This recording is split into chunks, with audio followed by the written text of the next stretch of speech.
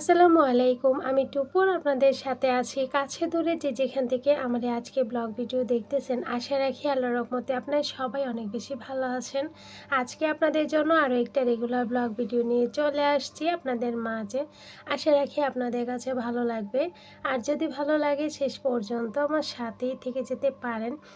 তো এখানে প্রথমেই আপনাদেরকে দেখিয়ে দিলাম আপনাদের ভাইয়ার ইফতার আয়োজন কি ছিল। তো আপনাদের ভাইয়ার ইফতারের মধ্যে বিভিন্ন ধরনের ফল, তারপর হচ্ছে সালাদ, এগুলাই বেশিরভাগ খেয়ে থাকে। ডিম সিদ্ধ, ছোলা বুট এগুলাই খেয়ে থাকে হাবিজাবি খাওয়ার চেয়ে আর কি। আর এদিকে ইবামনিকে নিয়ে যাব প্রাইভেটে, আর সাথে এহসান আছে। এহসানকে মাদ্রাসা থেকে নিয়ে আসছি। তো নিয়ে আসার পর আমি একটু টুকিটাকি কাজ করছিলাম। তো মুড়িগুলা বক্সে রাখা হয় নাই, মুড়িগুলো আমি বক্সে রেখে দিচ্ছি। আপনাদের ভাইয়া যখন আসছিল তখন কিন্তু এই বক্সের সেটটা কিনে দিয়েছিল আর কি। গ্লাস স্ট্যান্ড, তারপর এই বক্সের সেটটা কিনে দিয়েছিল। তো এই বক্সের সেটটা কিন্তু খুবই সুন্দর, 4টার একটা সেট ছিল। তো মুড়ি রেখে দিব, আরও একটার মধ্যে হচ্ছে খুদের ভাতের যে চালটা আছে না, তো সেটা রাখবো। তো এখানে 3 কেজি আছে, তো সেটা নিয়ে আসছি। একাধারে তো আর কি বলে ইফতার খাওয়া হয় না, তো মাঝে সাঝে এটা সেটা রান্না করা হয়। তো খুদের ভাত মাঝে একদিন রান্নাও করেছিলাম। তো এ আর কি। তো একদিন আমরা খিচুড়ি খেয়েছিলাম, একদিন খুদের ভাত। মাত্র 3 দিন আমরা ভাজা পোড়া খেয়েছি, 4 দিন ভাজা পোড়া খেয়েছি। আর রুটি খাওয়া হয়, আম্মা রুটিটাই পছন্দ করে। আর এটা যে ভাজা পোড়া তারপর ডাল, এই জন্য আম্মা খুব কম পছন্দ করে আর কি। তো তার জন্য সবাই যেটা খায় সবাই এটাই খেয়ে ফেলে আর কি, মানে যে কোনো একটাই সবাই খেয়ে ফেলি। তো এই হচ্ছে ব্যাপার আর কি। তো এখানে একটু টেবিলটাকে একটু মুছে টুছে নিচ্ছিলাম। আর কি বলে, ভাজা পোড়া যত কম খাওয়া যায় আসলে ততই ভালো। তো তারপরও ভাজা পোড়া ছাড়া কিন্তু একেবারেই চলে না। তো যতটুকু পারি কমই খাওয়া হয় আর কি। তো আম্মা তো খুব কম খায়। তো এখানে হয়েছে এহসান, দেখেন এখানে কোরআন পড়তেছে, কোরআন শরীফ পড়তেছে। তো ও মানে রোজা ছিল ওই দিন, শুক্রবার ছিল আর কি। আর পাশে ইভা নামাজ পড়ে, ইভা আবার পড়তেছে, হজিফা করতেছে আর কি, তসবিহ পড়তেছে। আর এহসান এখানে কোরআন শরীফ পড়ছিল, পাশে আন্নিও বসে আছে। তো দোয়া করবেন এহসানের জন্য, আল্লাহ যেন ওকে ভালো মানুষ করতে পারে, আহ, হয়ে উঠতে পারে আর কি। তো ওর কোরআন শরীফ পড়া আলহামদুলিল্লাহ সুন্দর, মানে ভালোই। অনেকে হয়তোবা ছোট শর্টসের মধ্যে দেখেছেন। আচ্ছা, যেসব আপুরা এখনও পর্যন্ত ভিডিওটা দেখছেন কিন্তু একটা লাইক দেন নাই, যদি ভালো লাগে প্লিজ একটা লাইক দিয়ে দিবেন। আর যারা এরই মধ্যে এই কাজটা করে ফেলছেন সেসব আপুদেরকে অসংখ্য ধন্যবাদ। অনেক আপুরাই আমার বড় ভিডিওর জন্য অপেক্ষা করতেছেন।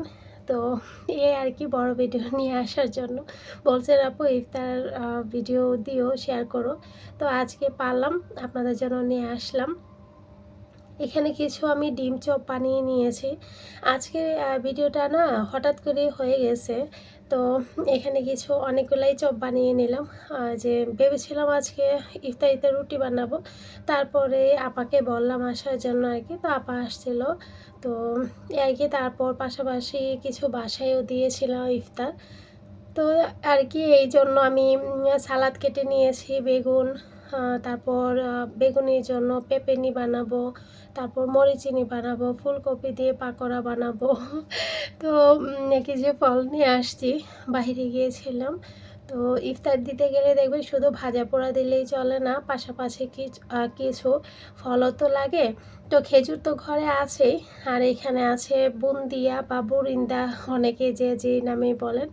আর আছে কিছু জিলাপি আছে, আর কলা নিয়ে আসছি, আপেল আর কমলা নিয়ে আসছি। আর খেজুর তো ঘরে আছেই। তো সালাদও আমি করে নিয়েছি, ভাজা পোড়া।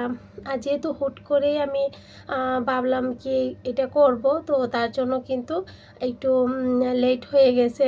তাড়াতাড়ি করে মানে বুট, তারপর ডাল বাটা সব কিছু ফ্রিজ থেকে খুললাম। তারপর দুধ দিয়ে গেল, মিষ্টি দইয়ের জন্য দুধ বসালাম। আর আম্মা 2 দিন মাত্র দই খেয়েছে, এখন দুধ খায়, তার জন্য আম্মার জন্য আবার দুধ আলাদা করে জাল বসিয়েছি। এবার নিয়ে আসানোর জন্য দইয়ের জন্য দুধ বসালাম। আর এহসান রোজা না থাকলে কি হবে, ও ওদের সাথে দই খায়। আর এদিকে আমি যে ঘন করে একটু চিনি, ম্যাঙ্গো, অরেঞ্জ দুইটা মিলিয়ে ট্যাং দিলাম, দিয়ে চিনি দিলাম, লেবু সব কিছু দিয়ে গুলিয়ে আমি এখন ফ্রিজে রেখে দিব আর কি। পরে আমি পানি মিশিয়ে নিব, এতে করে আমার কাজটা একটু এগিয়ে যাচ্ছিল।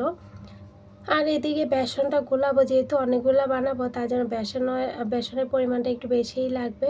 পরে দেখি এই বলে আর জায়গা হবে না, তো তার জন্য আবার বলটাকে চেঞ্জ করে নিয়েছি। এখানে অনেকগুলো বেসন নিয়েছি, বেকিং পাউডার, মরিচের গুঁড়া, হলুদের গুঁড়া, স্বাদ মতো লবণ, কালো জিরা দিয়েছি। তো যে যেভাবে গুলিয়ে থাকে আর কি। এখন আমি ঠান্ডা পানি দিয়ে গুলিয়ে নিব।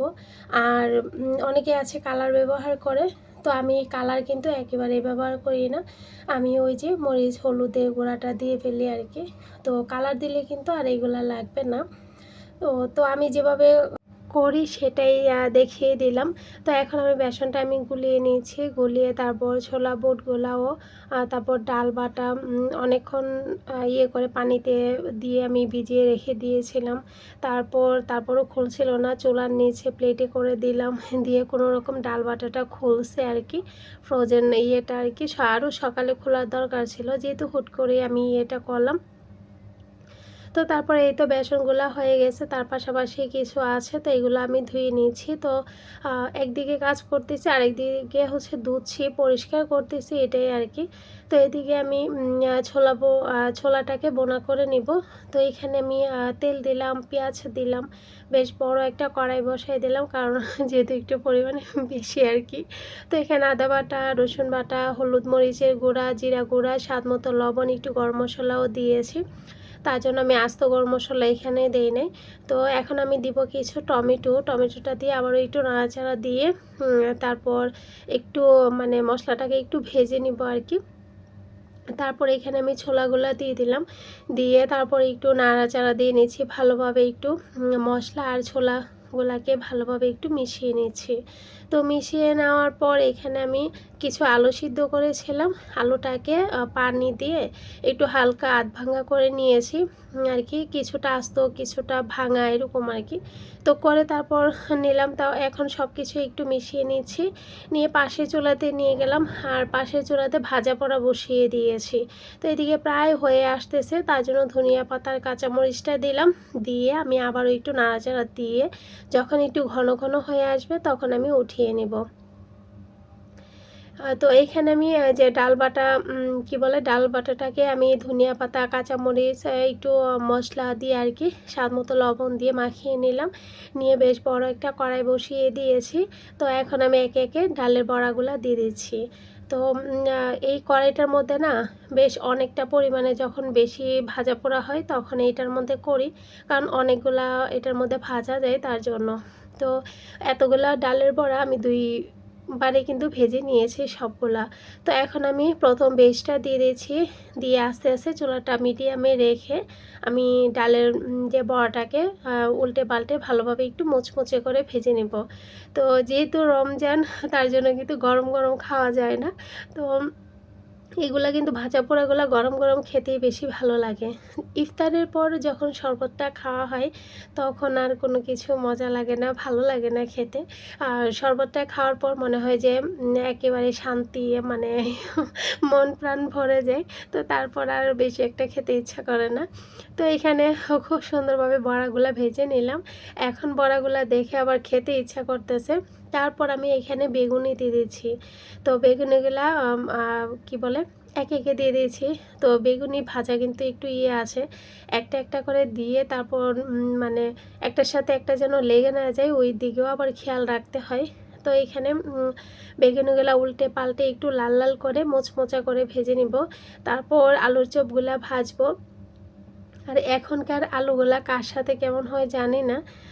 তো এখনকার আলুগুলা না করতে পারি না, একসাথে করতেই পারি না, অনেক কষ্ট করে চপগুলা বানাইতে হয়েছে।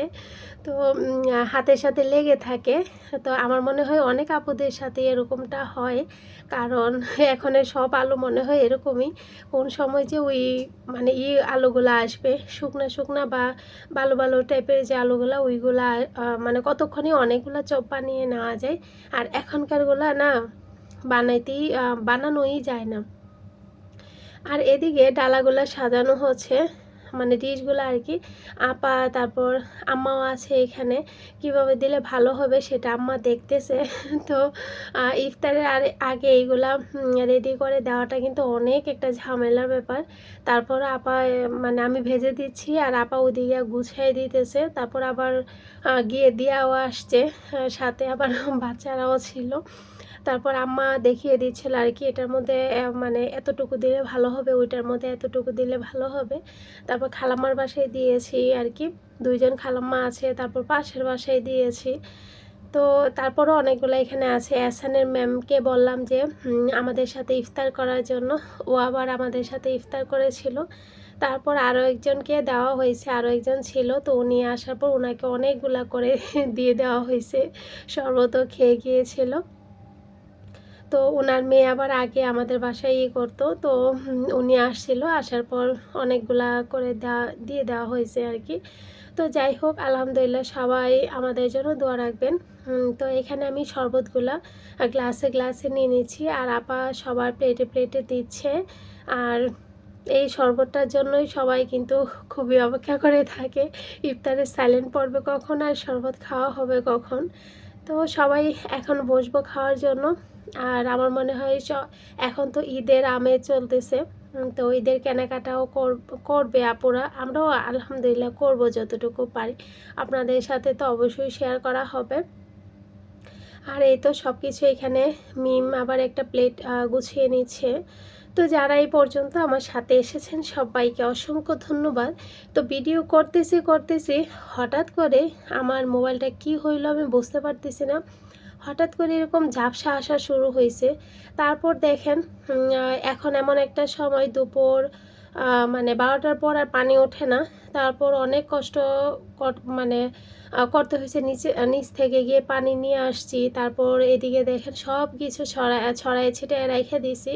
পরদিন আবার পানি ওঠানোর পর ধোয়া হয়েছে। আর কয়েকটা নিয়ে টিউবওয়েলের এখানে আপা চেপে দিয়েছে, আর আমি এগুলো ধুইছি। এরকম করে কয়েকটা মানে 2-3টার মতো ধোয়া হয়েছে, ডিশ ডালা আর কি। আর বাকি সবগুলো জমায়ে রেখে দিয়েছি, পরদিন ধোয়া হয়েছে। তো কি আর করবো, সবাই ভালো থাকবেন, সুস্থ থাকবেন। আল্লাহ হাফেজ।